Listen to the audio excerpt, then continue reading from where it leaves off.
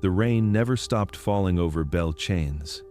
They said the land itself was trying to wash away what it had witnessed, the shame of Eveline Wildermore, the obese daughter her father called a burden, and the torment of Josiah, the strongest slave ever forced to kneel beneath his master's pride. But some sins sink too deep for even time to cleanse. This is the story of a house that refused to die, a curse born from cruelty, and a ledger that remembered what its owners tried to forget. What began as humiliation became horror, and what they called justice became damnation. Before we uncover the truth buried beneath Louisiana's haunted soil, make sure to like this video, share it with someone who still believes history forgets, and subscribe so these untold stories live on. Tell us where you're listening from tonight. Let's see how far Belchaina's shadow still reaches as we return to the night when the storm first began. The sun over Louisiana in 1851 did not rise gently. It ascended like a judge, revealing everything men wished to hide. Along the banks of the Tangipahoa River stood Belchain's plantation, a grand estate whose beauty was as deceptive as its name. From a distance it looked like a southern paradise, rows of sugarcane shimmering under the morning light, a white-columned mansion gleaming through the moss-draped oaks, and workers moving in rhythm to the hum of harvest. But behind that symmetry lay the truth of the South's prosperity, its wealth built on human suffering, its elegance polished by cruelty, and its grandeur financed by mounting debt. Belchaina's was the creation of Colonel Thaddeus Wildermore, a man whose reputation reached far beyond parish borders.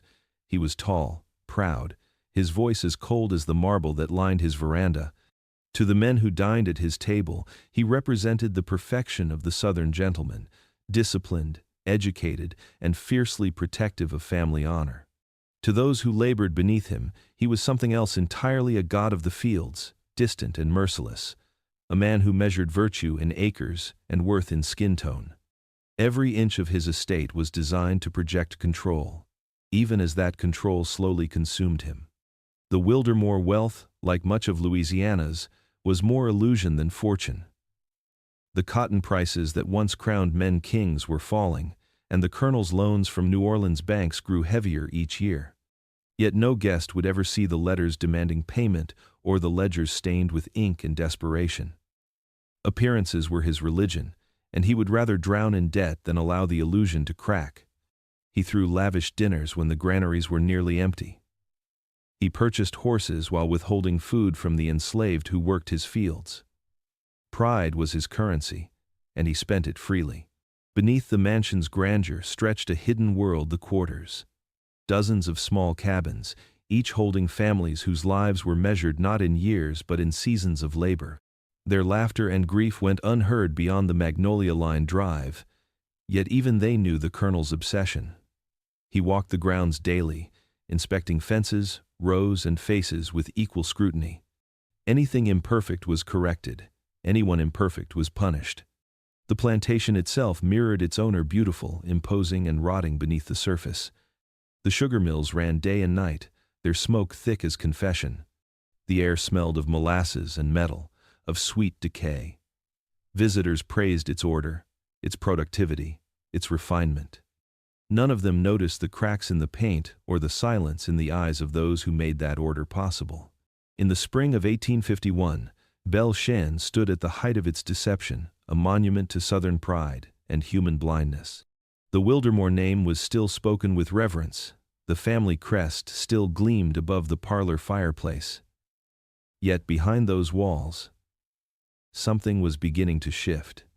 The weight of secrets, like Louisiana's heat, could not be contained forever. And in the house built on appearances, the truth was already beginning to stir beneath the floorboards. Behind the white columns of Belchaina's plantation lived a woman the world preferred not to see. Eveline Wildermore, the only daughter of Colonel Thaddeus Wildermore, was both the heir to his fortune and the living proof of everything he despised. She was heavy-set in a world that worshipped fragility, soft-spoken in a house ruled by command, and uninvited in a society that measured a woman's worth by how many glances she could summon at a dinner table. Her body defied the portrait her father painted of Southern perfection, and so she became an inconvenience, a silent figure kept within the margins of the Wildermore legacy. To the people of Street Helena Parish, Eveline was a rumor that walked. Her name appeared in guest lists but never in photographs. At Sunday services, she arrived late and sat at the back, veiled under a hat so large it felt like armor. Those who caught a glimpse of her described her as pale and broad-shouldered, with kind eyes that always looked down. The young men of the parish, groomed for profit and politics, did not court her. They pitied her, then laughed about her in private, the way cruel men do when they fear what they cannot understand. Within the Wildermore mansion, Eveline's existence was tolerated, not cherished. Her father's affection was conditional, measured in moments of silence rather than words of care. The colonel saw her body as betrayal, a living contradiction to his vision of beauty and control. While other planters paraded their daughters at summer balls, Thaddeus Wildermore kept his hidden. He told himself it was to protect her from ridicule, but in truth, it was to protect his pride from reflection. In the South of 1851, shame was not felt privately. It was inherited, displayed, and gossiped over like property. Eveline's world was confined to shaded verandas and curtained rooms. She read novels by candlelight, painted still lifes that no one hung, and listened to the faint melodies rising from the quarters at night. She envied the sound of laughter, the rhythm of songs sung without permission. The enslaved were denied freedom, yet somehow their voices still reached beyond the walls that imprisoned her. In that music, she heard something dangerous, life, unfiltered by judgment. Over time, solitude hardened into silence. She became the ghost of Belle Chains, moving between rooms like an afterthought. The servants bowed when she passed, but their eyes said what her father never would, that she was a woman without a place in the world that bore her name. She belonged nowhere. Too fragile for her father's pride, too human for his perfection, and too burdened by shame to ever be free. And while her father maintained the illusion of grandeur for the world to see, behind those gleaming white walls, Eveline Wildermore began to fade slowly, quietly, and completely unseen. The story of Belle Chains did not begin with Colonel Thaddeus Wildermore, but with the generations of men who came before him, each one carving their fortune from the suffering of others. The Wildermores were not the oldest family in Louisiana, but they were among the most feared.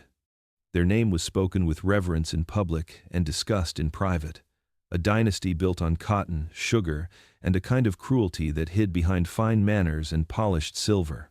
For nearly a century, they turned land into empire and people into property, leaving behind not just wealth, but something far darker. Local folklore told that the soil itself remembered. The elders in nearby parishes said that when the first Wildermore plantation was built, it stood on a burial ground older than the state itself. They said the foundation stones were laid atop graves unacknowledged, and that the cries of those buried beneath seeped upward through the earth with every harvest. From that day forward, the land gave riches but demanded payment.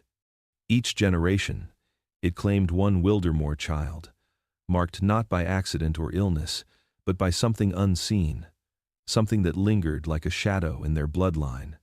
It was said the first marked child was born blind, the second drowned in a flooded field, and the third, Thaddeus's own grandfather, was found one morning beneath a cypress tree, his body untouched but his eyes wide with terror. The stories changed with every retelling, but the pattern never broke. Each heir rose higher in power and fell deeper into ruin. And when one tried to escape the family's curse by selling the land, storms destroyed his crops for 3 straight seasons until bankruptcy drove him back to it. By the time Thaddeus inherited Belle Chains, the legend had become a kind of family taboo. He denied it publicly, mocked it in conversation, yet his behavior betrayed belief. He avoided the western field where lightning struck twice in one summer. He refused to sleep in the east wing after servants claimed to hear footsteps in the halls. And though he never admitted it, even he could not ignore the pattern that every generation whispered about the child who carried the curse. To many, Eveline Wildermore was that child. She was the reminder that money could not buy perfection, that pride could not command nature, and that the sins of the fathers sometimes took flesh in their daughters.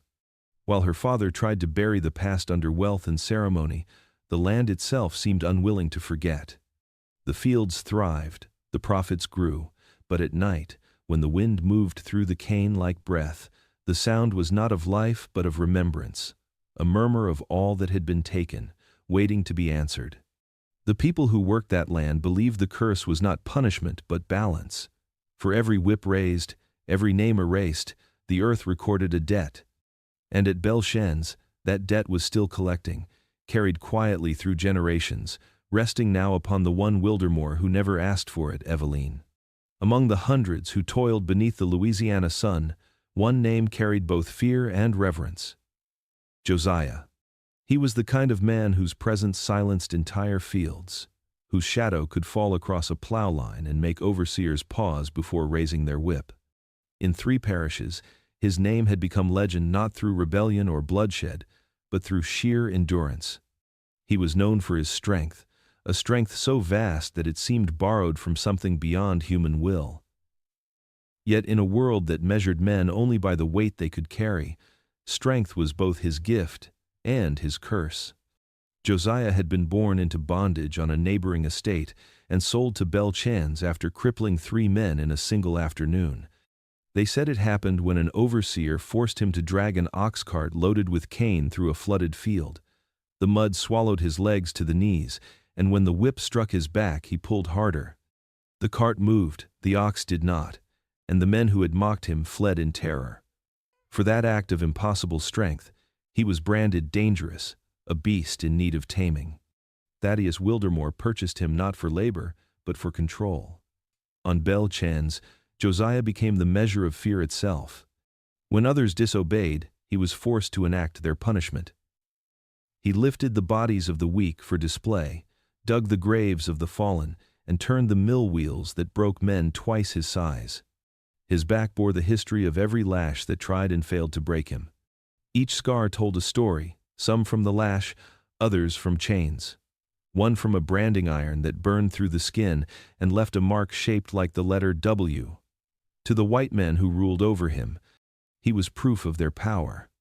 To the enslaved who worked beside him, he was a living sermon of survival. No one on the plantation could remember seeing him rest. He worked through heat that made other men faint, through storms that turned fields to rivers. His silence unnerved even the overseers. He spoke little, never begged, and never cried. In a world where submission was demanded, Josiah's endurance was its own quiet rebellion, but every act of survival carried a cost. The plantation thrived on his strength. The cane harvests grew richer, the mills louder, the kernel prouder. Yet beneath it all, there was unease. The other enslaved whispered that no man could bear such burden without consequence. They said Josiah's soul had already left his body, that what remained was only the flesh serving a sentence it did not deserve. Even Thaddeus Wildermore, for all his arrogance, treated him with wary respect. Josiah represented the very thing he feared most: power he could not own, strength that refused to bend. In Josiah's eyes, the colonel saw something unspoken, a reflection of his own cruelty made human. And though he would never admit it, he knew that men like Josiah did not remain silent forever.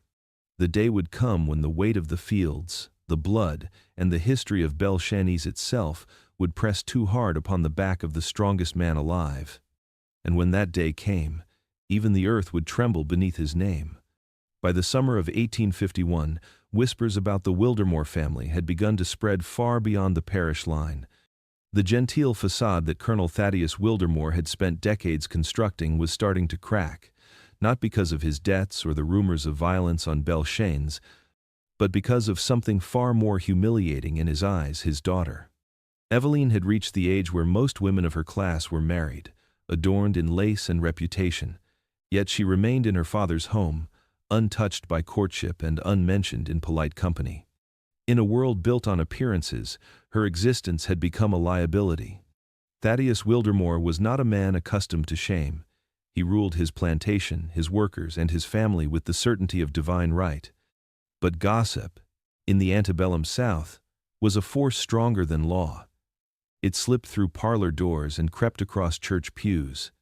Neighbors whispered that perhaps Eveline's size was the least of her afflictions, that perhaps the Wildermore bloodline carried something impure. To a man like Thaddeus, whose sense of worth depended entirely on control, That gossip was a blade pressed against his throat. In his desperation, he conceived a plan that would blur the boundaries between cruelty and theater. He believed that ridicule could be conquered by spectacle, that humiliation, if orchestrated carefully, could become power. He would silence rumor not through denial, but through demonstration. The plantation became his stage, the enslaved his instruments, and his daughter the unwilling centerpiece of his design. He announced a gathering disguised as a midsummer auction and horse exhibition. Invitations were sent to neighboring planters, sugar merchants, and judges, the very men whose whispers had wounded his pride. The colonel intended to prove that the Wildermore name still commanded awe, no matter what the gossips said. But beneath that social pretense lay something darker, a private scheme formed in the shadows of his own obsession.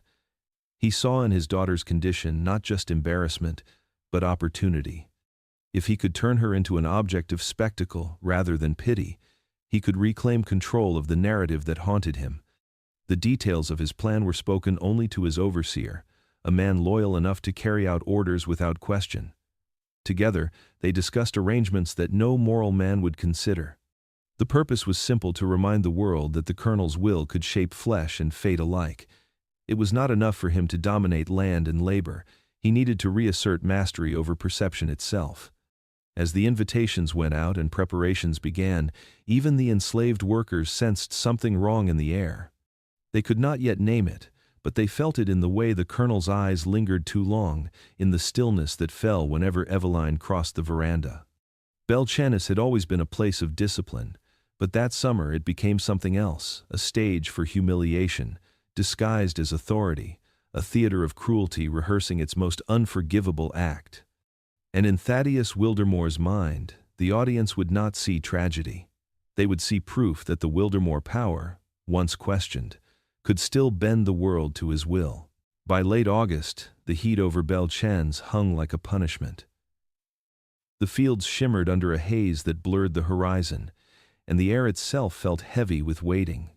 It was in this oppressive season that Colonel Thaddeus Wildermore issued his invitations letters, embossed with the family seal, written in his careful, commanding hand. The message was simple and respectable. He would be hosting a private horse auction and dinner for select gentlemen of the parish, a celebration of lineage and commerce. But beneath the civility of that invitation was an intent so dark that even the most hardened planters would later struggle to speak of it aloud. The arrival of guests turned Belchanis into a performance. The veranda was polished until it reflected the sunlight. The enslaved were dressed in clean linen to serve wine and cigars, and the air was thick with the scent of magnolia and pretense. Every detail, every gesture, was crafted to remind those in attendance that the Wildermore name still commanded respect. For a man obsessed with appearances, hosting this gathering was an act of resurrection. But his guests did not know that the resurrection he sought was not of reputation, it was of dominance. By the time the first carriages rolled through the Oak Line Drive, the colonel's plan was already in motion. The neighboring planters arrived in white suits and arrogance, their laughter carrying across the courtyard like thunder. These were men who had built their empires the same way Wildermore had, on backs and blood, on the illusion of gentility masking brutality. They greeted him with the kind of politeness that Southern society demanded, unaware that before the day was done, he would force them to look at something they would not forget. The supposed horse auction began as expected, with the display of fine stallions imported from Kentucky and Mississippi. But the colonel's mind was elsewhere. Every bid, every polite cheer, was just a prelude to what he considered his masterpiece. He had spent weeks preparing for this moment, not to sell a horse, but to unveil a spectacle that would remind his peers why he could not be mocked. To him, this was not cruelty. It was correction, a public assertion that no rumor, no shame, could tarnish the Wildermore bloodline without consequence. As the sun began to set, the laughter faded, and the colonel called the men to gather near the courtyard steps. He spoke of legacy, of purity, of the Southern code that separated men from beasts.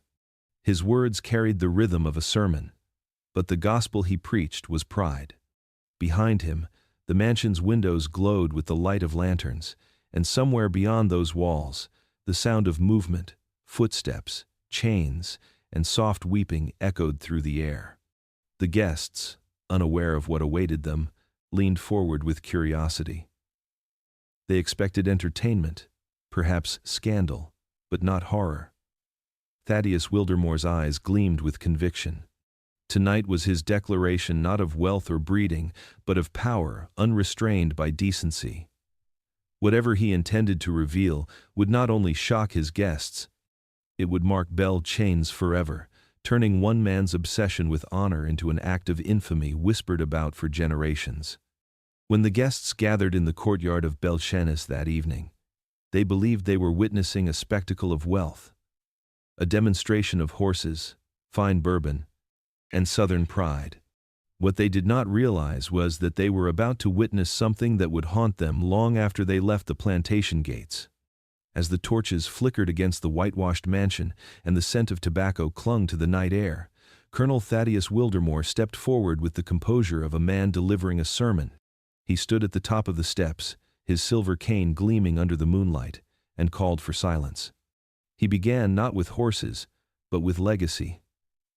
He spoke of bloodlines and endurance, of the purity of Southern families and the responsibility of men to preserve them. His guests nodded, half listening, too accustomed to his orations to sense the madness beneath them. Then his tone shifted. He spoke of weakness, of the decay of refinement, of the need to test nature itself. And in that single turn of language, the mask of civility began to crack. He summoned his overseer to bring forward the strongest man on the plantation. The name Josiah carried through the crowd like a sudden chill. Every man there knew who Josiah was, the giant of Belchains, the man whose strength had become the stuff of plantation myth. When he stepped into view, towering and silent, the guests murmured among themselves. To them, he was not a man but a specimen, a figure carved from muscle and endurance.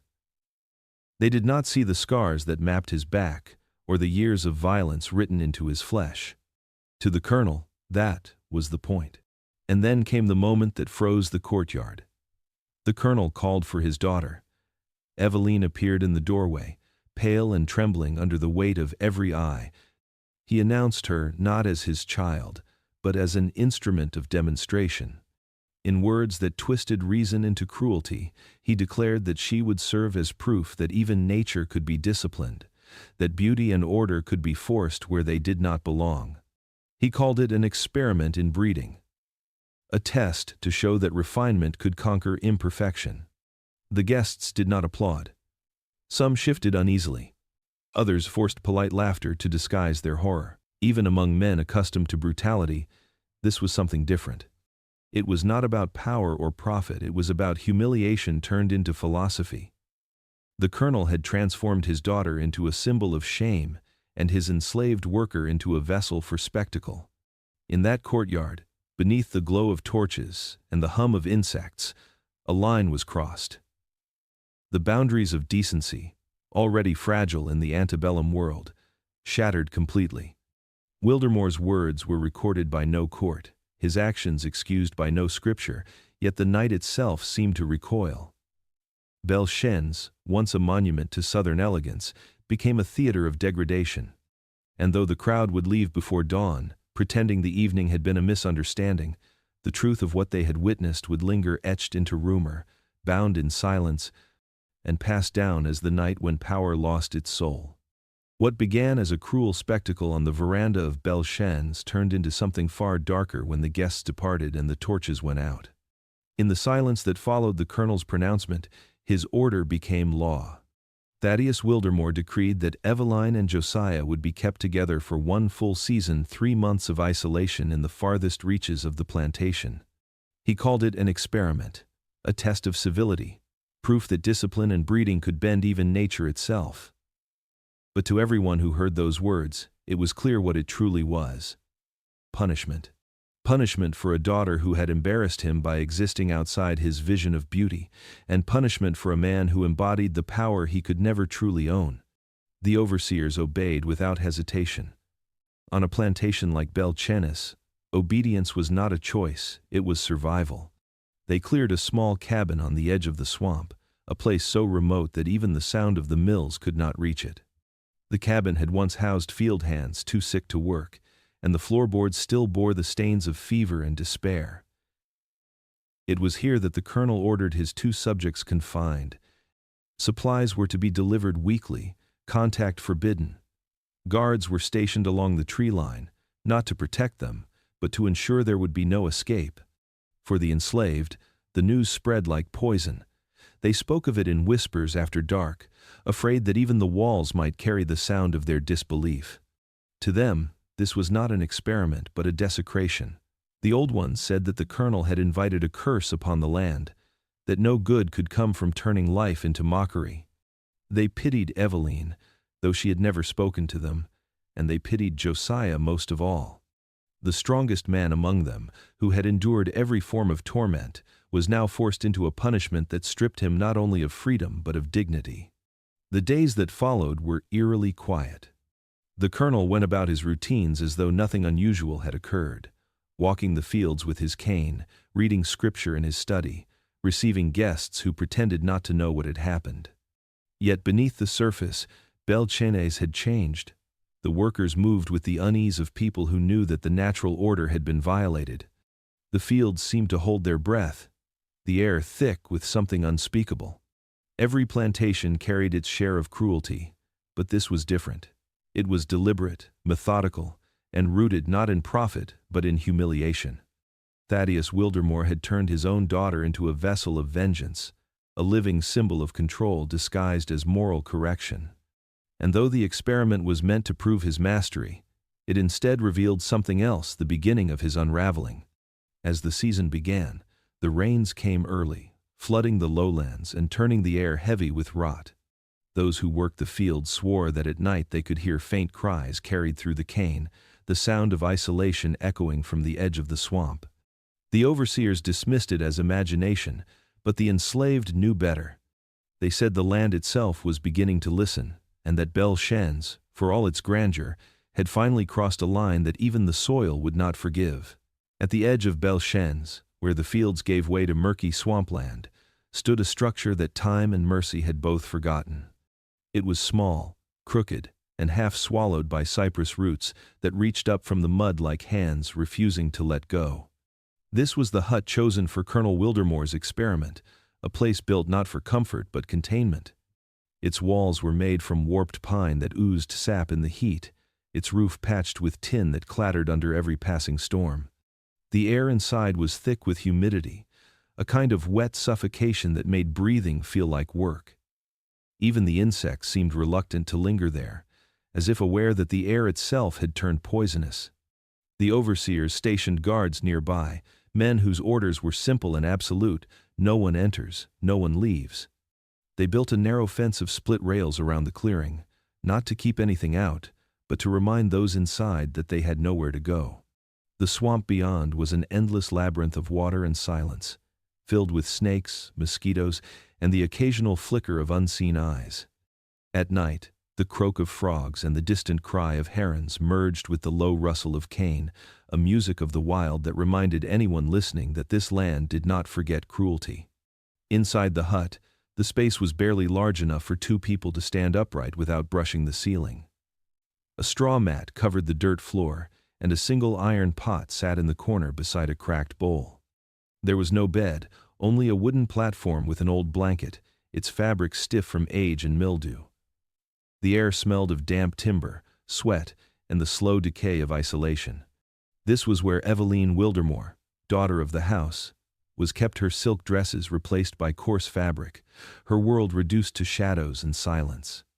She wept through the first days until her tears dried into exhaustion. The sound carried faintly through the woods, and though the guards pretended not to hear, it unsettled them. It was not the cry of a captive, but of someone realizing that no amount of privilege could save her from the cruelty of her own blood. The world that had once pitied her now looked away. The enslaved who worked the lower fields crossed themselves when the wind blew from the direction of the swamp, saying that even the birds refused to nest near the hut. Josiah, on the other hand, said nothing. He moved like a shadow, silent and deliberate. His strength no longer displayed but contained. To those who had known him, His silence had always been a shield. Now it became a prison. He obeyed the guards, took the meager food left at the fence, and spent his nights staring through the cracks of the wall toward the dark line of the trees. No one could read his thoughts, and perhaps even he no longer could. He had become both witness and victim to a punishment designed to destroy dignity itself. The days blurred into one another. The heat never lifted, and the air shimmered with flies that hovered like sentinels. Time inside that hut moved differently, stretching and coiling until it lost meaning. Eveline's voice grew hoarse, then vanished completely. Sometimes the guards would find her sitting near the door, staring at nothing, her face streaked with dust and sweat. They never spoke to her. Their orders were to observe, not to think. At night, the swamp came alive. The ground breathed, the trees whispered. And from within the hut, there was only the faint sound of movement, two souls enduring the weight of a plan conceived in cruelty. Those who worked nearby swore that the air changed near the clearing, heavier somehow, as though judgment itself had settled there. Even nature seemed complicit, pressing down upon the hut like an unseen hand. The experiment, if it could be called that, had begun not as a study of civility but as a ritual of humiliation. And as the days turned to weeks, Belle Chains began to feel its consequence. The plantation thrived outwardly, but beneath its surface, something was rotting, a sickness born of pride, carried by the wind and sealed within that hut at the edge of the swamp. Weeks passed beneath the oppressive heat of the Louisiana summer, and the swamp surrounding the exile hut seemed to breathe with the rhythm of their confinement. The days melted into each other, slow and heavy, as the world beyond the fence forgot the two souls trapped inside.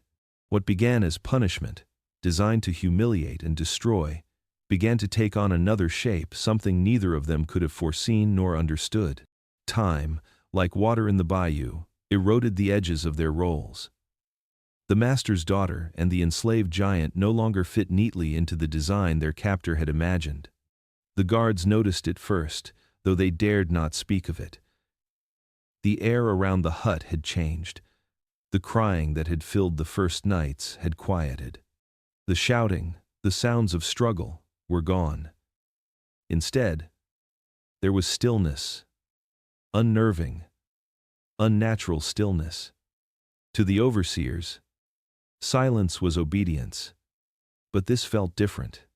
It was not surrender. It was something deeper, something that unsettled the very logic of the world they lived in. Inside, Eveline's despair had given way to reflection.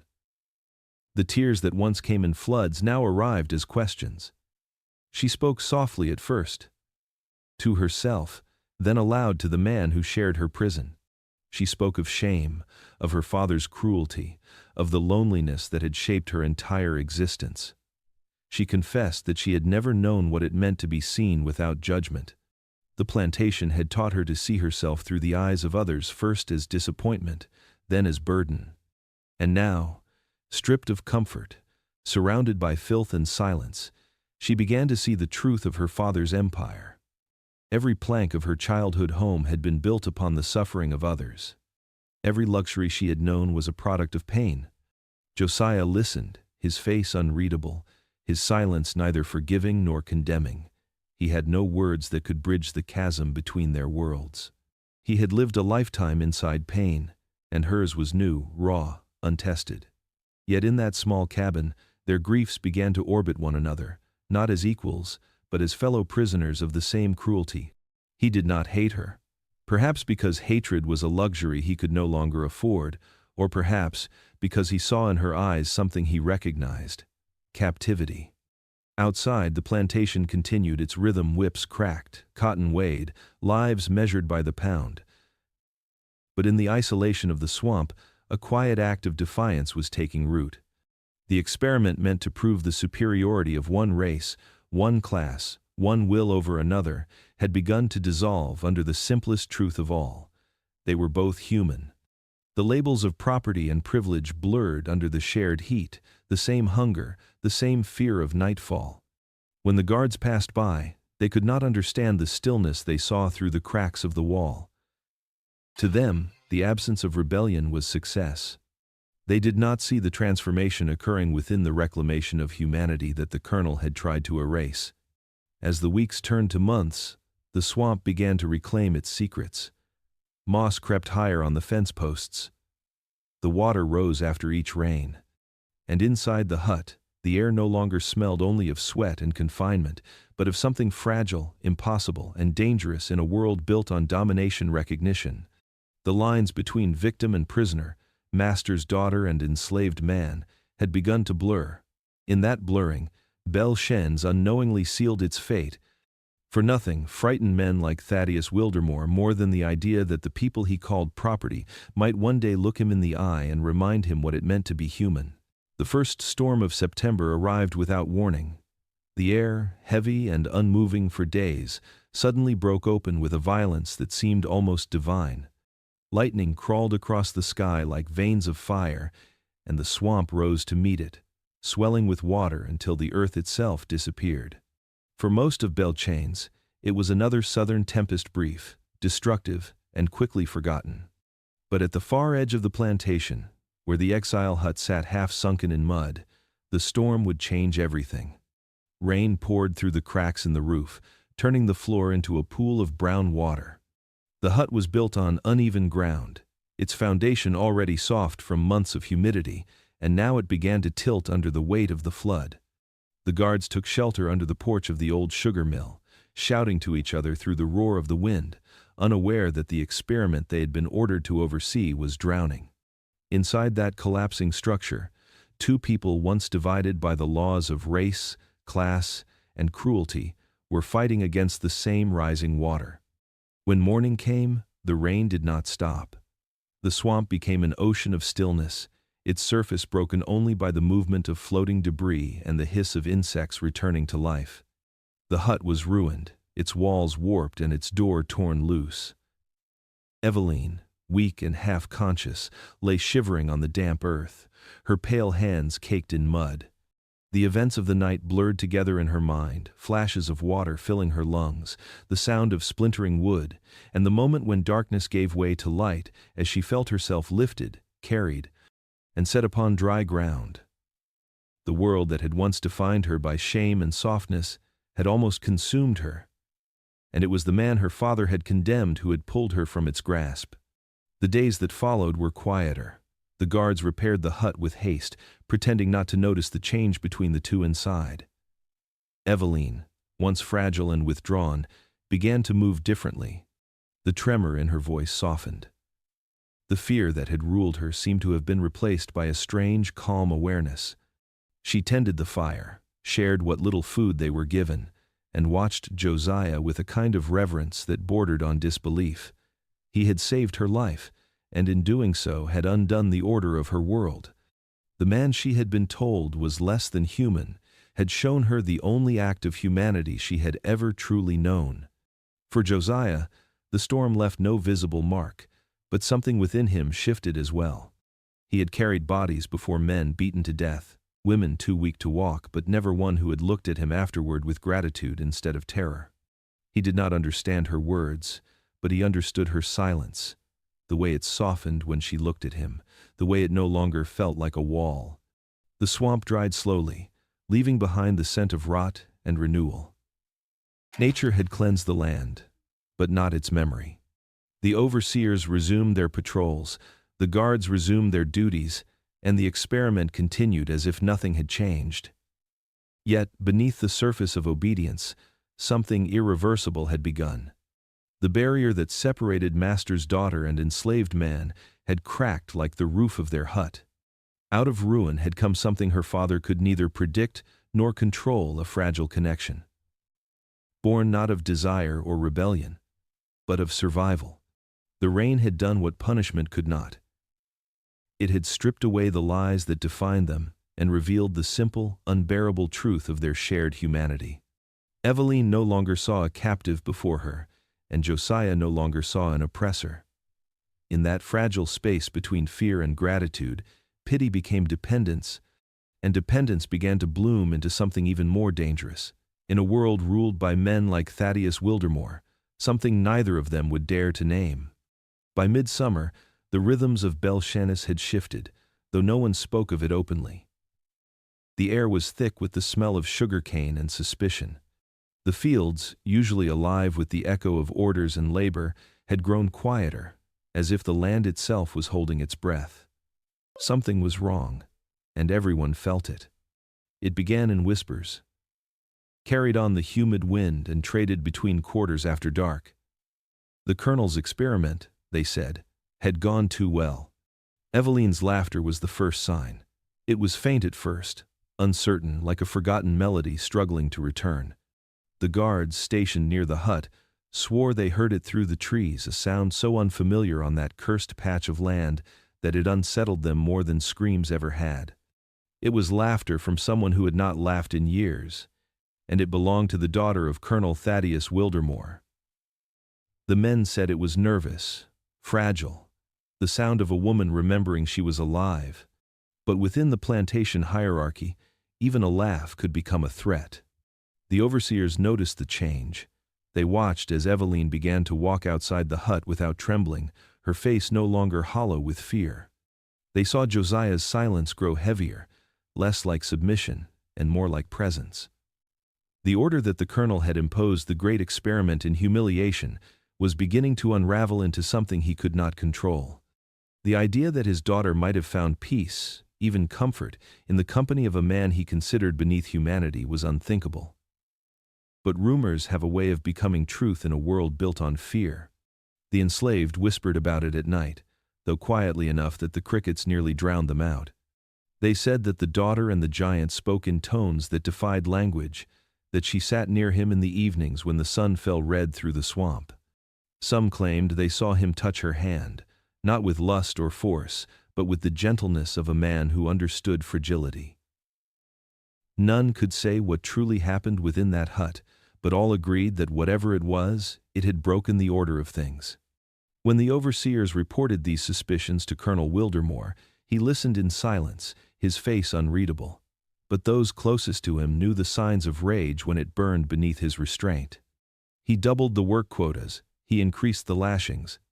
Punishment fell upon the fields not for failure but for proximity to defiance. Men were whipped for pausing too long, women for speaking after sundown. The suffering of hundreds became the price of one man's wounded pride. Belchen's became a place of tension, where cruelty served as camouflage for shame. The colonel spoke less of progress and civility, and more of discipline and correction. He told himself that control could still be restored through fear, that his authority could still smother rumor before it became revelation. But the enslaved knew better. They saw how the earth around the swamp grew darker, how animals avoided its path, how even the air near that clearing felt charged with something unholy.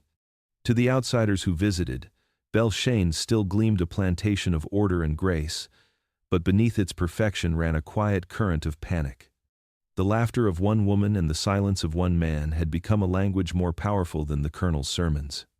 It spoke of defiance, of connection, of something that had crossed the boundaries of his cruel design. And in the hearts of those who worked his land, it planted a dangerous idea that no system, no whip, and no master could command the human spirit forever. As summer deepened and the whispers grew louder, even the colonel's house began to feel its weight. Servants moved nervously through the halls. The mirrors were covered to keep the heat from cracking them, yet it seemed as though the house itself reflected guilt. The fields, the swamp, the hut, each carried the same sound at night, soft and persistent, like the echo of something forbidden. It was the whispering season at Belchen's, when truth began to rise like heat from the ground, unstoppable and suffocating, warning that the storm to come would not be of rain, but of reckoning. 3 months after the beginning of the colonel's so-called experiment, the silence of Belchen's was broken by the sound of a carriage returning from the swamp road. The guards had received orders to escort Eveline back to the house. Her father's decree had been fulfilled. The season of exile was over. To the world beyond the plantation, it would appear as though his daughter had spent the summer in retreat, resting her fragile health away from public eyes. Only those within the boundaries of Belchen's knew the truth, that she was returning not from convalescence but from captivity. When she stepped through the veranda's shadow, even the servants looked away. The pale, trembling woman who had been led into the swamp months before was gone. Her face was fuller, her skin burned by the sun, and her gait had changed. The once hesitant daughter of the colonel moved slowly, not from weakness but from the heaviness of something she carried that no one dared name. Her father noticed it immediately. Her cheeks were flushed, her eyes no longer hollow but distant, and when she reached the top of the steps, she hesitated, resting a hand on the railing as though steadying herself from within. Thaddeus Wildermore's rage was not loud. It moved through him, like poison, through water. Silent, invisible, but fatal. He dismissed the overseers, dismissed the guards, and summoned the family physician. The man, accustomed to attending to plantation ailments, entered the study and emerged pale as parchment. The diagnosis was undeniable. Eveline Wildermore, the daughter he had hidden from society, the woman he had turned into a symbol of his authority, was with child. The experiment he had designed to prove control had instead delivered chaos. Within hours, the plantation changed. The colonel's temper fell upon everything and everyone. Overseers were reprimanded, slaves beaten for imagined disobedience, horses whipped for standing too still. No one was spared the punishment that followed his humiliation. He ordered silence throughout the house. No one was to speak of Eveline's condition, not even to one another. But secrecy, like guilt, has a way of leaking through walls. The rumor spread as all truths do, quietly at first, then unstoppable. The enslaved spoke of it in whispers near the quarters, their voices trembling not with shock but with fear. They knew what would come next. They had seen what men like Thaddeus did when confronted by something they could not control. For the master, this was not a matter of family, it was a matter of power. The world he had built on hierarchy and domination had turned against him. The bloodline he claimed as pure had been rewritten by the very humanity he tried to suppress. Eveline remained confined to her room, her windows shuttered, her meals left untouched. The plantation doctor returned each week under the pretense of routine visits, but his expression told the servants everything. The pregnancy advanced.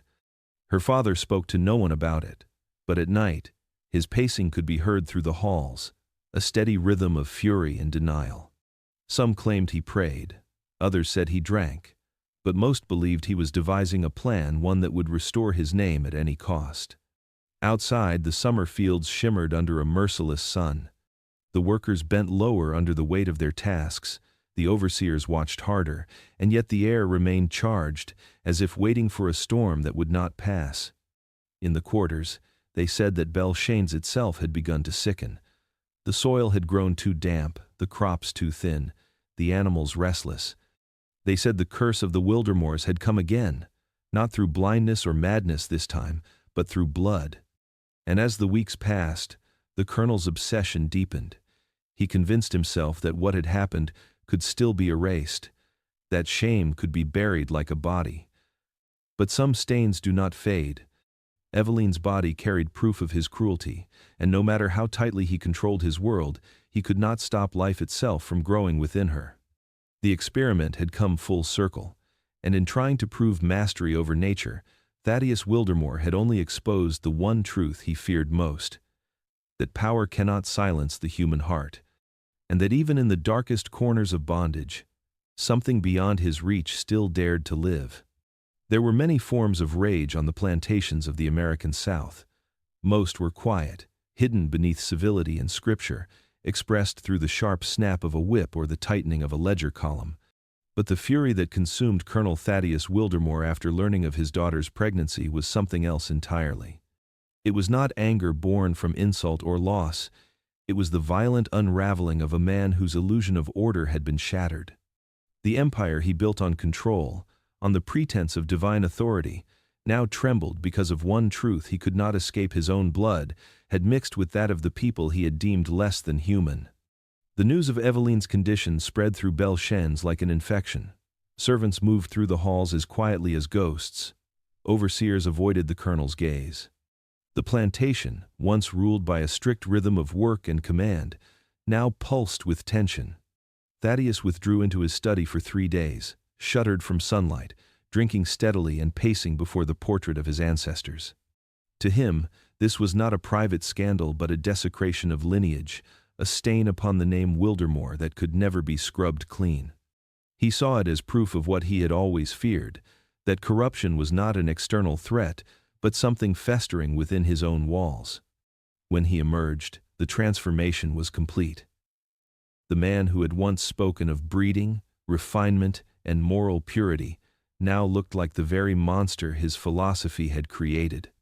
His face was gray with exhaustion, his hands trembling from rage and rum, yet his voice carried a dreadful clarity. To Thaddeus Wildermore, punishment was no longer a choice, it was divine necessity.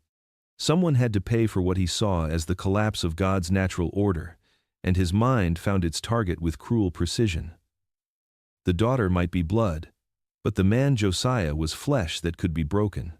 The search for Josiah began before dawn. The colonel's orders echoed across the fields, waking the quarters before the first light touched the cane. Every worker was accounted for, every tool checked, every door opened. The overseers, driven by fear rather than loyalty, carried rifles instead of whips. The hunt stretched across the plantation, through the fields and into the swamplands where the man's exile had once been enforced.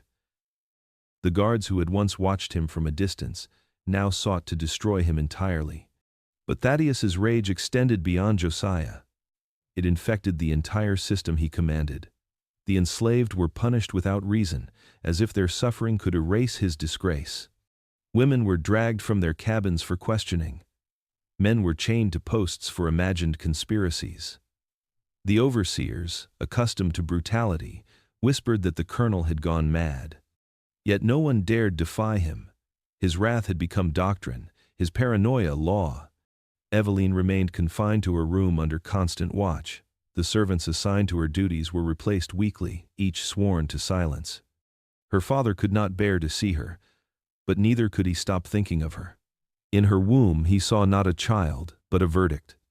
A living testimony to the one thing he had spent his life denying, that humanity could not be divided by color or status without consequence. The nights grew louder at Belchen's. Whips cracked more often. Dogs barked through the dark, and the scent of burning cane lingered in the air. It was said that the colonel took to walking the property alone after midnight, muttering scripture as though bargaining with God. Those who saw him described a man haunted, carrying a pistol in one hand and a flask in the other. His fury had no outlet that could satisfy it, because its true source lay within himself. By the end of that month, Belchennes had ceased to be a plantation of order and prosperity. It had become a kingdom of fear, ruled by a man devoured by his own creation. The overseers obeyed out of terror. The enslaved prayed for deliverance, and even the land seemed to recoil from him. The swamps swelled with rain, the crops withered, and the once proud mansion stood silent, watching as its master tore himself apart. The child growing in Eveline's womb was not yet born, but it had already changed everything. To Thaddeus Wildermore, it was not life, it was judgment. And as his rage deepened into obsession, that judgment drew nearer, carried by the man he sought to destroy, and by the truth no amount of blood could ever bury. Midnight came to Belchennes, wrapped in heat and silence. The air was still, heavy with the scent of cane and oil, the kind of stillness that comes before violence. In the fields, even the crickets seemed to know what was coming and fell quiet. When the guards arrived at the quarters, the others did not move. They pretended to sleep, breathing slowly, praying the footsteps would pass their doors. But every soul on that land knew whose name had already been chosen. Josiah was taken without resistance, his wrists bound with ropes so tight that blood darkened the fibers. The sound of the carriage wheels rolling toward the main house echoed across the fields like the tolling of a bell. Thaddeus Wildermore waited in the courtyard, seated beneath the grand oak that had shaded 3 generations of his family. He had transformed it into his courtroom. Torches circled the clearing, throwing long shadows against the white columns of the mansion. The overseers stood on one side, their expressions pale with the recognition of cruelty beyond their own measure. The enslaved were forced to gather at a distance. compelled to watch what their master called justice. But there would be no justice that night. Only retribution, dressed in ritual. Wildermore presided like a judge of the old world, one hand resting on his cane, the other gripping a pistol. His eyes burned with sleepless rage, his face drawn tight with drink and despair. To him, this was not vengeance, it was ceremony, the restoration of order through punishment. The law, the church, and his own conscience had failed him, so he would become the embodiment of all three. His daughter's disgrace could not be undone, but the man he held responsible could still be erased. Josiah was brought before him and forced to his knees. The torches hissed in the wind, their flames bending as if unwilling to bear witness. There was no question, no evidence, no chance for defense. The accusation itself was the verdict. Wildermore spoke of corruption, of moral decay, of the sin of blurring the line between master and servant. His words were not meant for Josiah but for the crowd, an audience he needed to believe that this act would cleanse what had been stained. He called it judgment, but it was closer to theater. Every lash of his voice, every motion of his hand was deliberate. He wanted them to see him as unbroken, as righteous, as a man still in command of his world. Yet beneath the spectacle, fear had already begun to take root.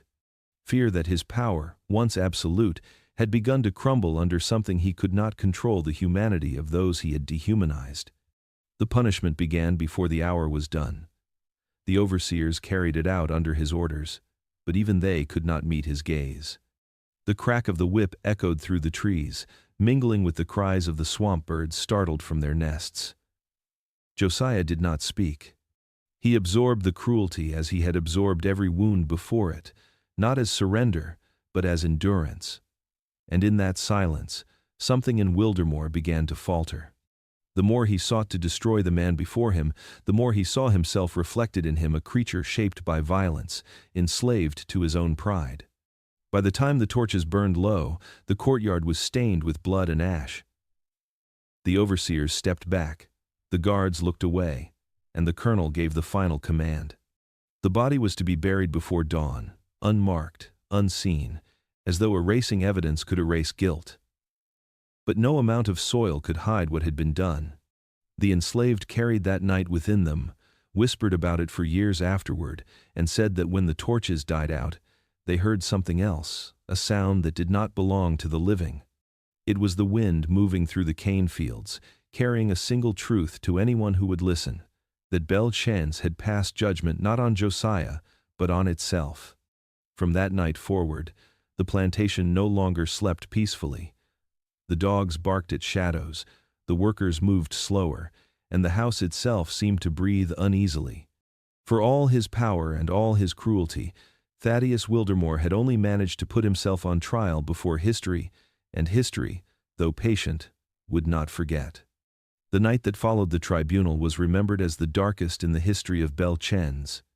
Even those who had grown numb to cruelty felt a change in the air, as if the land itself recoiled from what was about to occur. The torches still burned from the mock trial, their smoke rising into the heavy Louisiana sky. The scent of burning oil and sweat hung thick, mixing with fear. What began as judgment had now become ritual, a cleansing, the colonel said, a necessary act to erase sin from his bloodline. But what it became was something far more ancient and terrible. The overseers were ordered to begin at once. They were men accustomed to violence, yet even they hesitated before approaching Josiah. He was already weak from hours of restraint, his wrists cut from the rope, his body marked by the night's interrogation. He made no plea. His silence unnerved them more than defiance ever could. When the first strike came, the sound was so loud it startled the birds from the trees. What followed was methodical, mechanical, and biblical in its cruelty. The whip rose and fell again, its rhythm echoing through the cane fields like the tolling of a church bell for the condemned. They took turns, each overseer driven by fear of their master's wrath. Bones cracked under the weight of the blows, the sound like green wood splitting in the heat. Flesh gave way to blood, and the dirt beneath him turned black and wet. Some said that Wildermore stood over the scene without expression, watching not as a man but as an instrument of punishment, his mind too far gone to see the horror he commanded. To him, this was justice rendered. To everyone else, it was madness given form. The enslaved were forced to stand at a distance and witness. Mothers pressed their hands over their children's ears, but it was useless. The sound carried through the still air, across the fields, through the cabins, through the very walls of the house. There was no escaping it. The beating went on until the stars began to fade and the horizon bled gray. When it finally ended, Josiah no longer moved. The overseers stepped back, panting, their hands slick with sweat and blood. One whispered that he had never seen a man survive such punishment, and another spat on the ground, as if to cleanse his soul of what he had done. By morning, the body lay motionless in the dirt, the strongest man on Bel-Shenis reduced to silence. The colonel ordered that no grave be marked. Josiah was to be buried at the edge of the swamp, near the hut where his sentence had begun. The men dug quickly, their shovels striking mud that sucked at their feet, and when they were done, they covered the body with soil as the sun climbed over the horizon. No prayer was spoken. No word of mercy left a single mouth. Yet as they walked away, something in the air refused to settle. The birds did not return to their branches. The frogs remained silent. Those who lived on the plantation swore they could still hear it, the dull rhythm of the whip echoing faintly long after the sound had ceased. It haunted the fields for days, seeping into the very soil, as though the land itself had absorbed the memory of his suffering. That morning, Thaddeus Wildermore returned to his house, but he did not speak to anyone. He poured himself a drink and stared out toward the swamp where the mist was rising. He had reclaimed his authority, or so he told himself. But beneath his calm exterior was a terror that no act of violence could silence. For even as he tried to bury the man, he could not bury the truth that Josiah's strength had not died with his body. It remained in the whispers of the enslaved, in the restless silence of the land, and in the eyes of his daughter, who had not spoken since that night. In the end, the beating did not restore order to Bel-Shenis.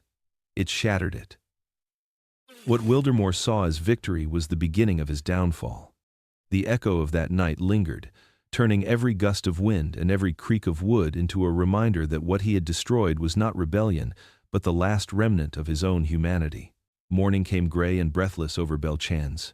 The mist that rolled in from the swamp clung to the ground, wrapping the fields in a shroud of silence.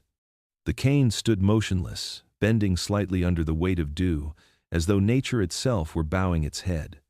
Somewhere beyond the last row, at the edge where cultivation met wilderness, a small group of men worked in the half-light, shovels slicing through the mud.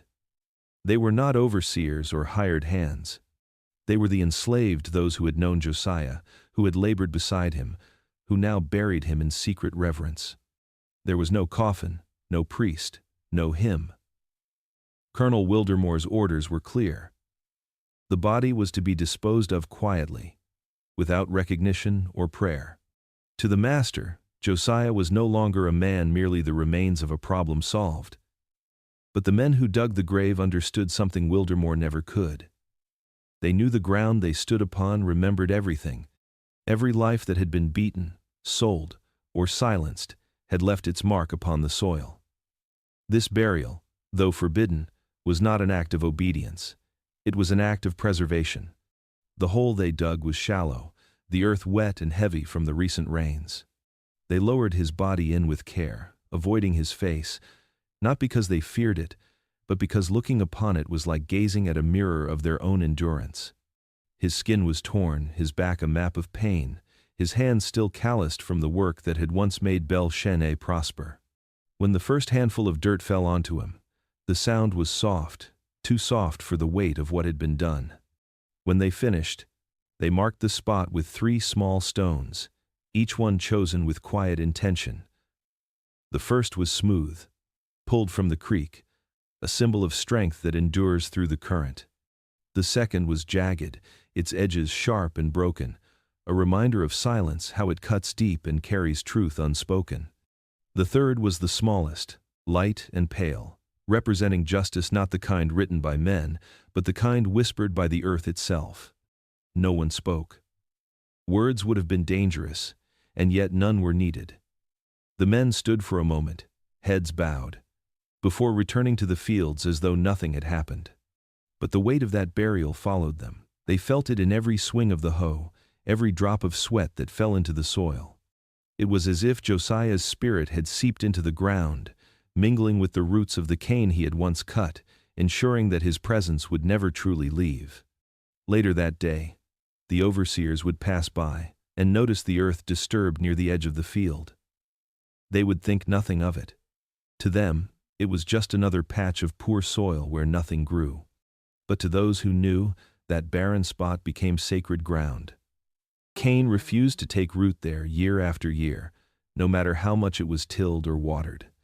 Even when the plantation changed hands after the war, and the name Bel-Shanis faded from the ledgers, that corner of the field remained lifeless, a scar upon the land. In time, stories formed around it. Field workers whispered that on windless nights, the sound of breathing rose from beneath the earth, or that the faint clatter of a chain could be heard under the hum of the crickets. Some said the stones glowed faintly when the moon was full. Others swore they shifted on their own.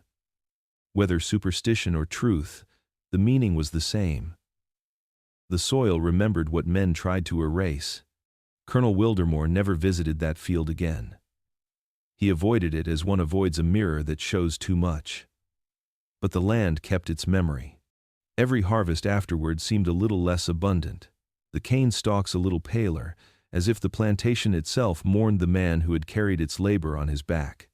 Josiah's name was never spoken again in the house or among the overseers, but among the enslaved, it became a quiet prayer. A name to invoke when strength was needed, when silence was unbearable, and when justice felt impossible. The burial beneath the cane was meant to erase a man. Instead, it planted a seed. Not one that could be harvested or sold, but one that would grow unseen, rooted in memory, fed by defiance, and destined to outlast the very world that tried to bury it. After Josiah's burial, the house at Bel-Shanis fell into a silence so profound it felt alive. It crept through the corridors, slipped beneath the heavy doors, and settled in the corners like dust. The mansion that once echoed with the rustle of silk and the bark of orders now sounded hollow, as though it had been abandoned by time itself. The servants moved quietly through their duties, speaking in hushed tones, afraid that any sound might disturb the uneasy stillness that had taken hold. At the heart of that silence was Eveline Wildermore. She had not spoken since the night of the tribunal. The servants brought her food, set it by her door, and found it untouched the next morning. Her father ordered doctors from Baton Rouge and a priest from the next parish, but none could draw a word from her. She sat by her window for hours, her pale face turned toward the fields where the cane swayed in the wind. Some said she was listening. Others believed she was waiting. The plantation's rhythm continued, but something had changed. The overseers worked harder, shouting louder, as if noise could drown the memory of what had been done. Yet even they could not escape the strange quiet that surrounded the colonel's daughter. Servants whispered that she no longer slept, that they saw her shadow move across the window long after midnight. One maid claimed to have heard her whispering softly, her tone calm and rhythmic, as though she were in conversation.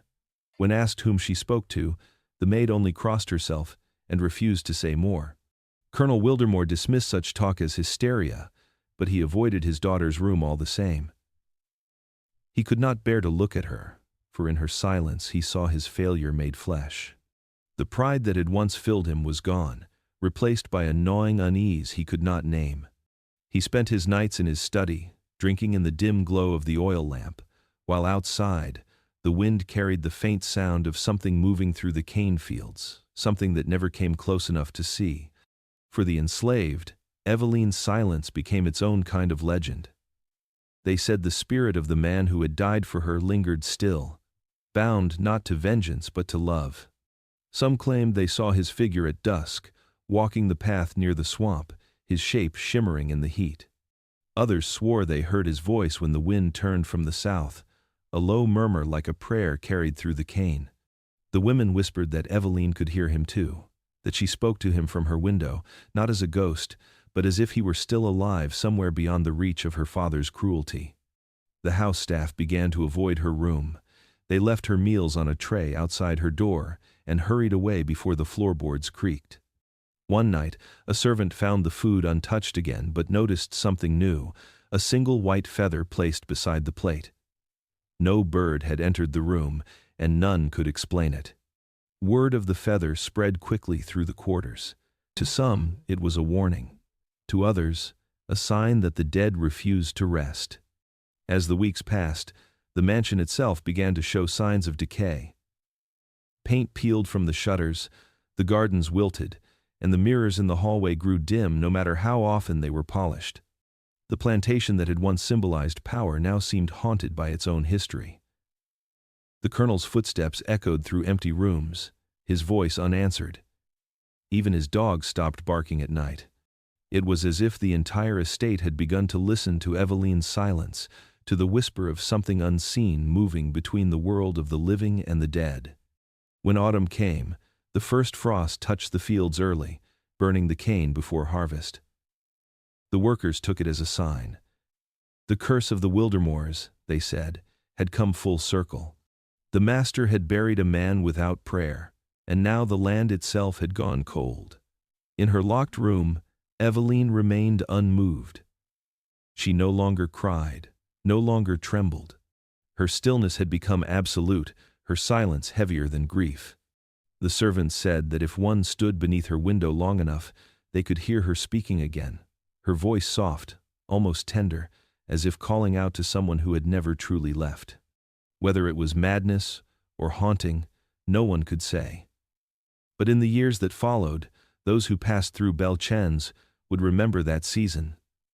The year the fields went quiet, the house grew hollow, and the daughter of Thaddeus Wildermore stopped speaking to the living and began speaking to the dead. The night Eveline Wildermore went into labor was one that Belchen's would never forget. The sky itself seemed to revolt, swelling with thunder that rolled over the fields like the voice of judgment. The air was thick, suffocating, and charged with something that felt alive, as though the heavens were watching. The house, once a monument to order and authority, trembled under the storm's assault. Windows rattled, the veranda groaned, and lightning lit the sky in violent flashes that turned the sugar fields white for an instant before plunging them back into darkness. In her upstairs room, Eveline's cries began shortly after midnight. The servants heard them first and froze, too terrified to act without orders. It was the colonel who finally summoned the doctor from Greensburg, sending a rider through the storm. The man arrived soaked to the bone, his hands shaking as he unpacked his instruments. He was no stranger to childbirth, but there was something about the colonel's face, rigid, desperate, and pale, that told him this was no ordinary delivery. Outside, the enslaved workers huddled in their quarters, whispering prayers between the cracks of thunder. They knew the story of the child before it was ever born. They had seen the way Eveline stared into the fields each night, how she spoke to the wind as if answering some unseen voice. They said the child she carried was touched by the spirit of Josiah, that he had returned through her to finish what he could not in life. Others whispered that the baby would bear the curse of the Wildermoors, that no bloodline built on cruelty could give birth to innocence. As the storm raged, the house became a kind of tomb. No one spoke above a whisper. The colonel paced the hall outside his daughter's door, his boots leaving muddy prints across the floor. Each cry from within cut through him like a blade, but not from pity, from fear.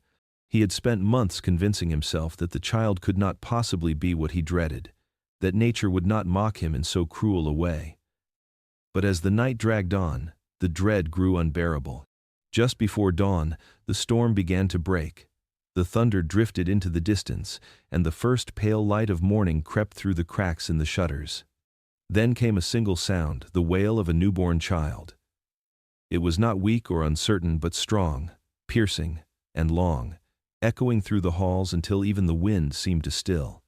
When the doctor emerged, his face was gray, his eyes wide with something between awe and terror. He tried to speak, but his words failed him. Without waiting for permission, he gathered his bag and fled down the stairs, disappearing into the morning mist. The servants who later entered the room would tell the rest. They said Eveline lay pale and still, her hands clutching the blankets, her eyes open and distant. She did not look at the child. She only stared toward the window, as if searching for someone who was no longer there.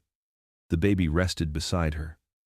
Silent now, its skin darker than hers, but its features unmistakable.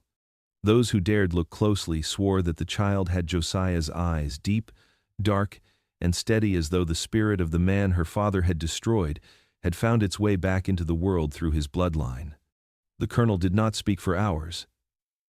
When he finally entered the room, he did not touch the child. He stood at the foot of the bed, his face unreadable, his body trembling with the effort of holding himself upright. The sight of those eyes staring back at him, the eyes of the man he had buried without prayer, was more than he could bear. He turned and left without a word. That morning, every clock in the house stopped. Some said it was lightning that had struck the clock tower. Others believed it was something older and more deliberate, as though time itself refused to move forward in a place where such a sin had been committed. From that day forward, Belle Chains was never the same. The workers avoided the house, the servants whispered of omens, and the colonel sealed off Eveline's room entirely. He ordered the clocks repaired, but no matter how many times they were wound, they would stop again at the same hour the moment the child was born. The birth that should have brought new life instead brought the weight of every wrong that had ever been buried on that land. And so it was said, in the years that followed, that Belle Chains ceased to exist in time. Its fields aged, its walls crumbled, but inside the house, the air remained frozen, heavy with the memory of a single night when thunder spoke, time halted, and the sins of the father returned through the eyes of a child. 2 nights after the birth, Belle Chains fell into a silence deeper than grief. The storm had passed, leaving the air thick with moisture and the scent of rot from the nearby swamp.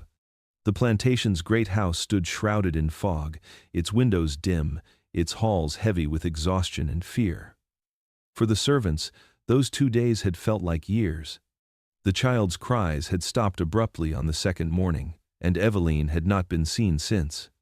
Rumor spread quickly through the quarters that something unnatural had happened in that upstairs room, that God himself had turned his gaze from the Wildermore house. When dawn came on the 3rd day, the discovery was made. Eveline's room stood open, curtains billowing outward into the pale mist. Her bed was soaked through, though not with rain. The sheets bore the faint imprint of her body, but she was gone. A candle still burned on the table beside the cradle, its flame thin and trembling as if frightened of its own light. The child's blanket lay empty. Outside the window, in the mud below, the servants found footprints, 2 sets, one small and one larger, barefoot, leading away from the house and disappearing into the fog that swallowed the edge of the swamp. No one could explain how she had left the house unnoticed. The guards stationed outside swore they had seen nothing, heard nothing, though some admitted to feeling an unease they could not name. One said the wind had risen in the night, carrying with it a sound like humming, soft and steady, the kind a mother might use to lull her child to sleep. Another claimed he had seen a flicker of movement in the fog, a tall figure walking beside a smaller one, both gliding rather than stepping through the water. By morning, even he denied his own words. When the colonel was told, he said nothing. He stood at the window of his study, staring into the swamp as if it might offer him an answer. To the rest of the world, he ordered silence. Eveline's disappearance, he declared, would not be spoken of beyond the plantation. The servants were warned under threat of punishment, the enslaved under pain of death. The doctor was paid and dismissed, the child's existence erased from record. Yet the more Wildermore tried to contain the truth, the more it seemed to spread through the air itself. At night, the swamp became alive with whispers. The workers in the fields refused to go near it, saying they saw shapes move between the cypress trees, shadows that walked like people but made no sound. Some claimed to hear a woman's voice, faint and distant, calling out a name that no one dared repeat. Others swore they saw a faint light flicker in the fog, as though a lantern floated just above the water, weaving slowly through the mist before vanishing. Within the house, the clocks that had stopped on the night of the child's birth never ran again. The colonel had them taken down and smashed, yet the silence they left behind only deepened. He spent his days wandering the veranda, glass in hand, muttering to himself about bloodlines and sin. His servants watched him age in a matter of weeks, the color draining from his face, his once commanding posture bent beneath an invisible weight. By the end of that winter, the story of Eveline's disappearance had become legend among those who lived along the river. Some said she had drowned herself in despair. Others whispered that Josiah had returned for her, that his spirit had risen from the swamp to claim what death had denied him. There were those who believed she had walked willingly into the fog, led by something neither alive nor dead, seeking peace where none could be found. Whatever the truth, she was never seen again. Years later, when the plantation was abandoned and the house fell into ruin, travelers passing through the area spoke of strange things near the old cypress grove. On misty nights, they said, the air carried the faint sound of a lullaby. The cane near the swamp still refused to grow, and the water shimmered unnaturally under the moon. Some swore that if one stood near the clearing long enough, they would see two sets of footprints appear in the mud, one small, one large, leading deeper into the fog, then fading as if the earth itself refused to remember where they had gone. For the Wildermore name, that was the end. The mansion that once commanded fear became a hollow shell, the fields barren, the workers gone. What began as a display of power had ended in a legacy of loss. The land remained, heavy and still, haunted by the story of a daughter who vanished and a father whose pride summoned his own ruin.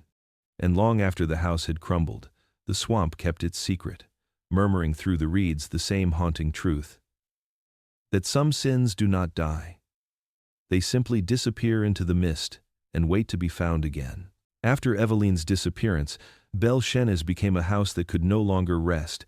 The air inside seemed heavy, as if each breath drawn within its walls carried the weight of something unseen. The servants who remained said the nights grew longer, the candles burned faster, and even time itself seemed reluctant to pass. What had once been a proud estate, a symbol of southern grandeur and iron rule, now stood as a monument to ruin. The decay began quietly. The first signs came from the land. The soil near the cane fields turned gray and brittle, refusing to yield crop no matter how much it was worked. The livestock began to die without cause. Healthy animals found lifeless in their pens, their bodies untouched, their eyes wide as though frightened by something no human could see. The overseers called it disease, but the enslaved knew better. They said the land had grown tired of blood. It had drunk too much of it, too often, and now it was rejecting the master who had fed it so greedily. Inside the house, strange things began to happen. The clocks that had stopped on the night of Eveline's child's birth never ticked again, though the colonel replaced them all. Doors opened on their own, footsteps echoed in empty corridors, and faint sounds of crying could be heard near the nursery, though the room had been locked for months. At first, the colonel accused his staff of deceit, punishing them for imagined tricks. But when he, too, began to hear the sounds, chains dragging across the floorboards, whispers through the keyholes, a woman's soft humming near his door, he stopped asking questions. Thaddeus Wildermore, once a man of terrifying authority, descended into a slow and steady madness. He drank constantly, stumbling through his house in the same tattered robe, muttering to ghosts only he could see. He told anyone who would listen that he heard Josiah's footsteps outside his room at night, that the sound of metal links sliding against wood was growing louder each time. His voice trembled when he said it, but he always finished with the same words: "He's coming for what's his." The servants avoided him, and most of the enslaved were sold off to neighboring plantations within the year. Those who stayed did so because they were bound to the land, or too afraid to leave it. They said the colonel would wander the halls until dawn, calling for his daughter in a voice that cracked the stillness. Sometimes he would stop beneath her window, staring out toward the swamp where her footprints had vanished. On other nights, he would collapse at the base of the staircase, clutching a bottle and whispering apologies to the air. As the seasons passed, Belle Chenes began to rot from within. Rain leaked through the roof. Mold crept up the wallpaper in veins of green and black. Mirrors tarnished, refusing to hold reflections. The grand piano in the parlor, once the centerpiece of Eveline's short-lived lessons, began to play faint notes at night, though no one sat at its bench. Those who heard it described the sound as slow and broken, as if someone were learning to remember a melody from another world. The plantation's reputation spread far beyond Street Helena Parish. Travelers along the river avoided the road that passed near it. They said the lights in the windows never went out completely, and on certain nights, the sound of chains could be heard clinking faintly across the veranda, followed by a low moan that drifted out into the fields. By then, the colonel was little more than a ghost himself, half-blind, gray-haired, and unrecognizable from the man he had once been. He stopped opening the shutters, stopped answering the door, stopped pretending that he ruled anything at all. The only thing he still commanded was the bottle and the madness that had become his only company. Some said he tried to burn the house down once, but that the fire refused to take. The wood, soaked with years of misery, would not ignite. Others claimed the swamp protected it, holding it in a kind of cursed preservation so that it could not be destroyed until its story was complete. By the end of that year, the house no longer belonged to the living. It stood in silence, its windows dark and watchful, its halls echoing with a kind of eternal unrest. Those who passed near the property at night swore they saw the outline of a woman at the upper window, staring out toward the cypress fog. Behind her, faintly, the shadow of a tall man could sometimes be seen, and when the wind rose, carrying the scent of rain and decay, the house itself seemed to exhale as if after all those years, it was still waiting for someone to set it free. In the spring of 1902, long after the last sugarcane harvest had withered and the name Wildermore had faded into rumor, a team of laborers arrived at the ruins of Belle Chenis plantation. They came not as historians but as workmen, hired to clear debris and rebuild the foundations of a new home on old soil. What remained of the mansion was little more than a shell wall split by vines, ceilings sagging with rot, and floorboards soft as ash. The great columns that had once supported the veranda stood like tombstones marking the grave of a forgotten empire. The men worked quietly. Even 50 years after the Civil War, the locals still called the place cursed. They told stories of cries heard at night, of footsteps in rooms with no floors, and of a woman's silhouette seen in the upper windows, though the second story had long collapsed. But the men who came to work were not believers in ghosts. They carried hammers, not holy water. They laughed at superstition until the day one of them struck a beam in the old study and the wall behind it gave way, revealing something no one expected. Hidden inside the plaster, wrapped in decayed linen and sealed with wax, was a ledger. It was black with age, its binding stiff but intact. The men turned it over in their hands, unsure whether it was a record book or a family Bible. When they pried it open, the smell of mildew and paper filled the air. The first pages were routine entries, ledgers of inventory, grain accounts, and property tallies from the 1,840 But as they turned the pages, the handwriting changed. The neat script of commerce gave way to the jagged scrawl of obsession. What began as a plantation record had become something else entirely, a private account of human lives, catalogued with the cold precision of livestock. Then came the entry that silenced them. It was dated 1851, written in ink that had bled into the page. It read, Eveline paired to Josiah. Result: confirmed. Punishment: permanent. The room went still. No one spoke. The words were simple, but the meaning was unmistakable. The ledger was not a record of crops or debts. It was evidence of something darker, something Belle Chenis had buried with its master. The phrase, paired to Josiah, spoke not of union, but of experiment.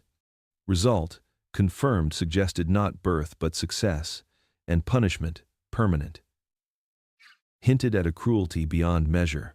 When word of the discovery reached the parish, a small group of local historians arrived to examine the book.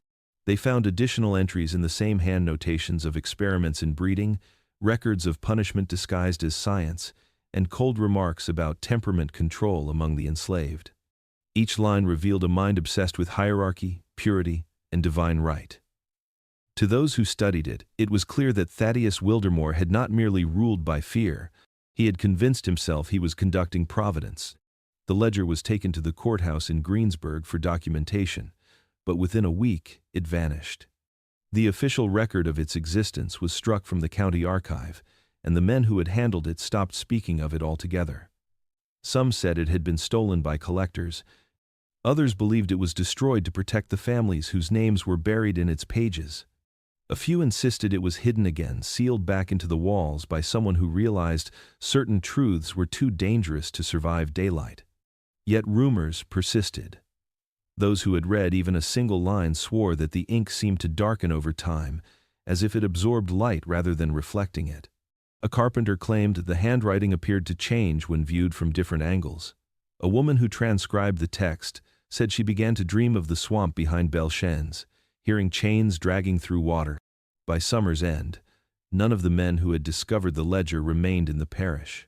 Today, no one knows where it lies. Some believe it was burned. Others claim it rests beneath the ruins still, sealed under the same beam where it was found. But its words live on through whispers, carried in the same way the land itself remembers. The ledger proved what many had only suspected, that Belchennes was not merely haunted by its dead, but by the record of what its master had done to the living. And in that one chilling line, written in the hand of Thaddeus Wildermore himself, the truth of the curse was laid bare. That some punishments outlive their victims, and that even paper can hold a soul hostage if the ink is soaked with enough blood. More than a century after the last breath was drawn at Belchennes, its story survives not through the grand ledgers of history, but through fragments, receipts, court transcripts, oral retellings, and the brittle pages of forgotten archives. What emerges from these pieces is not the tale of a plantation, but of a reckoning. It is the story of a family consumed by its own need for control, a woman whose worth was measured in shame, and a man whose strength became both salvation and sentence. Modern historians approach Belchennes as they would a wound. They peel back layers of myth and silence, uncovering what those in power once buried. Parish archives reveal the purchase of an enslaved man named Josiah, recorded not by name but by number, listed among the assets of Colonel Thaddeus Wildermore. A separate entry, written in a trembling hand, lists a domestic pairing experiment conducted in the summer of 1851. The tone is detached, clinical human suffering translated into the language of commerce. The next page is stained, as though something wet had once fallen upon it. From oral histories, passed down among the descendants of the enslaved, the story gains its voice. They speak of a man who labored harder than any other, a man whose silence carried more defiance than any shout. They speak of a woman, the master's daughter, hidden away from the world and from herself, whose loneliness became her punishment long before her father made it law. Together, they became symbols of everything the Old South refused to acknowledge, the humanity it denied, and the love it feared most. Even now, the ruins of Belchennes remain a place of unease. The locals say the ground still refuses to grow cane where Josiah was buried, and that the air near the swamp carries the sound of chains moving underwater. In the parish museum, the faded copy of the ledger's entry is displayed behind glass. The handwriting is uneven, desperate, almost frantic by the final words: punishment, permanent. Historians argue whether the colonel's intent was scientific, vindictive, or simply deranged. But those who study the record long enough begin to see it differently, not as the madness of one man, but as a reflection of a system built entirely on madness disguised as order. The true weight of Belchennes lies not in the acts themselves, but in the silence that followed them. For decades, the Wildermore name was spoken with respect in legal documents and land deeds, while the names of those who suffered under it were reduced to numbers or erased entirely. Yet, in the end, the story outlived the family. The walls that hid their sins collapsed, and the ground that drank their blood gave it back in the form of legend. Modern scholars often end their lectures on Belchennes with a reflection rather than a conclusion, because there is no resolution to what happened there. What remains is a lesson written not in ink, but in blood and memory. It tells of a world where cruelty masqueraded as civility, where power demanded obedience from both the oppressed and the oppressor, and where the price of pride was eternal unrest. They called it justice, one historian wrote in the margins of her research notes, echoing the words that close every retelling of the tale. But history calls it what it truly was the moment humanity weighed its own soul and found it wanting. And so Belchane stands today, not as a ruin of brick and timber, but as a warning carved into time itself. A reminder that every act of cruelty leaves an echo, and every injustice, no matter how deeply buried, waits patiently for the day it will be heard again.